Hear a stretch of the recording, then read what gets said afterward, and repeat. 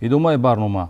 дар шаҳри Панҷакен навраси 17 соларо барои дуздӣ аз манзили истиқоматӣ боздошт намуданд.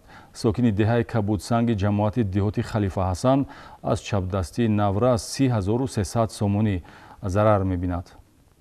дар шӯъбаи вазорати корҳои дохилии шаҳри Панҷакен назорат аз болои шахсони пешсудшуда аз ҷониби нозирони минтақавии милитсия имкон дод баъди 2 рӯзи содиршавии дуздӣ аз манзили истиқоматӣ гумонбари ҷиноят дар ҳолати аввалини такрори каҷрафторӣ боздошт шавад.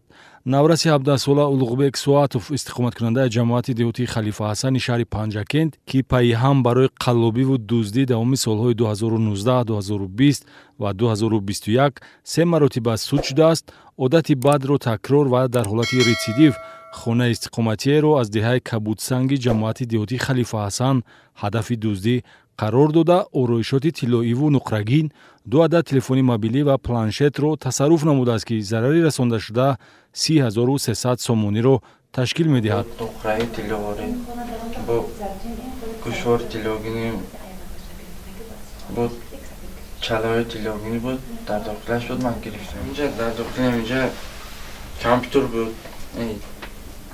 айпад буд, телефон буд, батарейки қувватдиҳанда буд, капелкаи донаш дар дохилаш тангадор буд, ҳамон чизои соати дастини мардона буд, ҳамон чизои гирифта дузида гирифтам. ҷинояти мазкур санаи 2 декабр содир шудааст.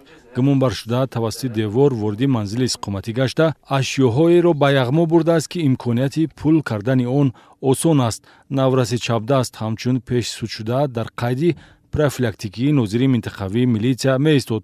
назорати ошкоро ва ғайри ошкоро аз болои рафтори ӯ маълумотеро дастрас намуд, ки ба кушодани ҷинояти ғайри возеҳу ноаён мусоидат намуд. бо ошкор гардидани дуздӣ милитсия қисме аз далелҳои шайъиро аз гумонбаршуда рӯёнид.